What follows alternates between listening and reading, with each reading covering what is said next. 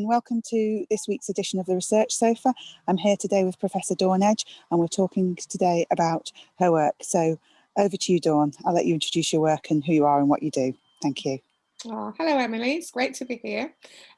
So I'm Dawn Edge. I'm a Professor of Mental Health and Inclusivity at the University of Manchester. The primary focus of my work really is on inequalities and addressing inequalities, but more specifically on inequalities linked to mental health or mental ill health and ethnicity. That's the main focus, really, is looking at, and even more specifically, Black mental health, so the mental health of people of African and Caribbean origin in the UK. Alongside that, as my kind of main day job, I'm also one of 3 academic leads for equality, diversity and inclusion at the university, and my particular area of focus is on students and race. So I'm sure, as you can imagine, there's been a lot of activity in the recent months, but all very interesting, and yeah, couldn't come too soon. So thanks. So can you just tell me a little bit about your current research and what you've been doing most recently? Okay, so the research that I'm currently leading on, you said most recently, but actually it's got quite a history. So it's a study called CaFI for short, Culturally-adapted Family Intervention. And it was developed in response to NICE guidance around schizophrenia. And let me say that again. It was developed in response to NICE guidance around schizophrenia care, and where they are highlighted the real inequity in the care of people of African and Caribbean origin, specifically in relation to access to psychological therapies, and talked about the need to develop more culturally appropriate talking treatments for ethnic minority people in general.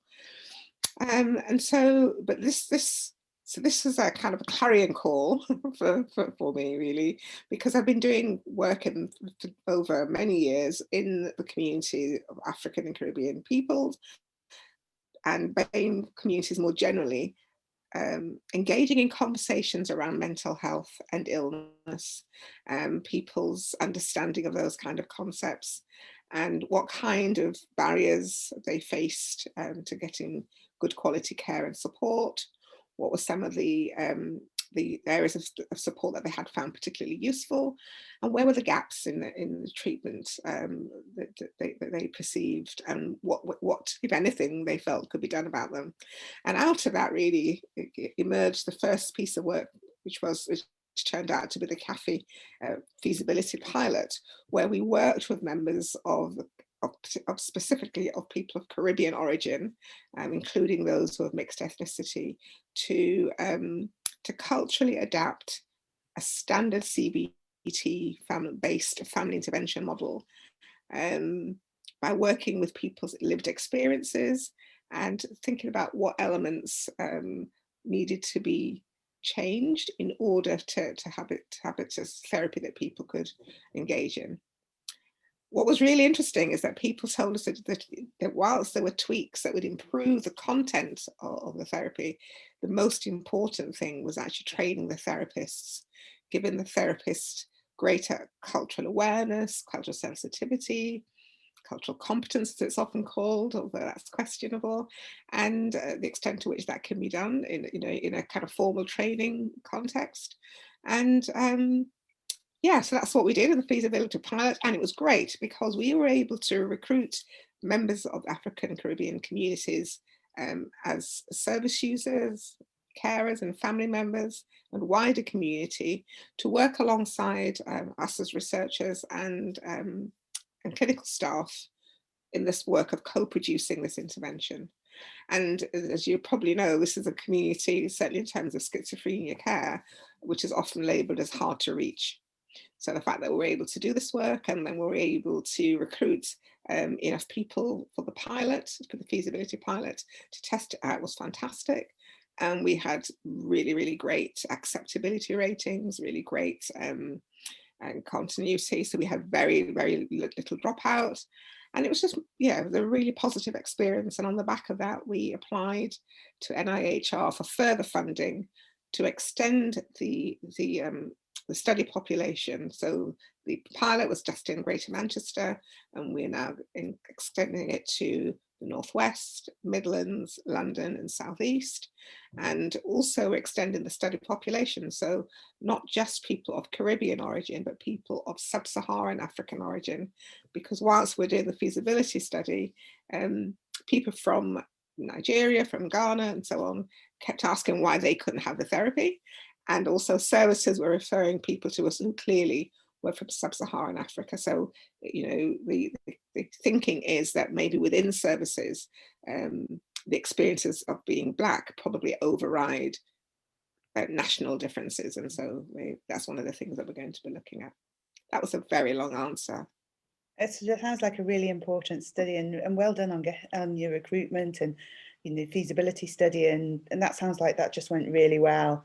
It did. Unfortunately, we've been able to do the first phase of the work for the current study, which was to do some work which was around refining the intervention by working with people from sub-Saharan Africa to kind of, that co-production element to make sure that it would address needs from a more diverse population.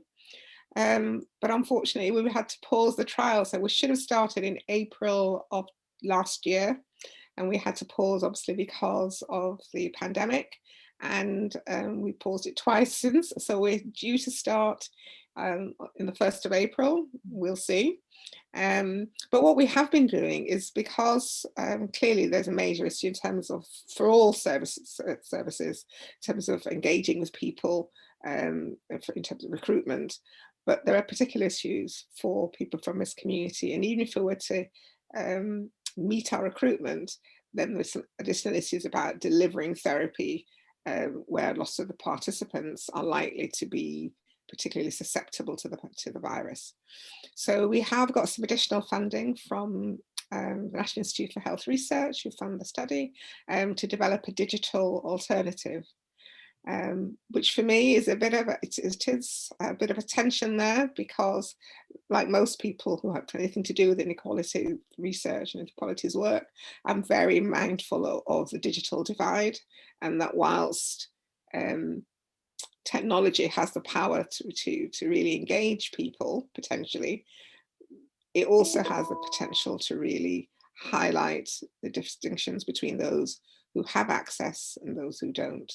So yeah, so that is a bit of a tension that we'll need to work out if we're able to get started on the 1st of April, because it's one thing being able to deliver the therapy once you've recruited people, but a lot of our previous recruitment has involved us going into communities, building trust, talking to people about what we're doing and why, giving people the opportunity to ask questions, and you can't do that so readily on a smartphone, or a Zoom call. So we'll see.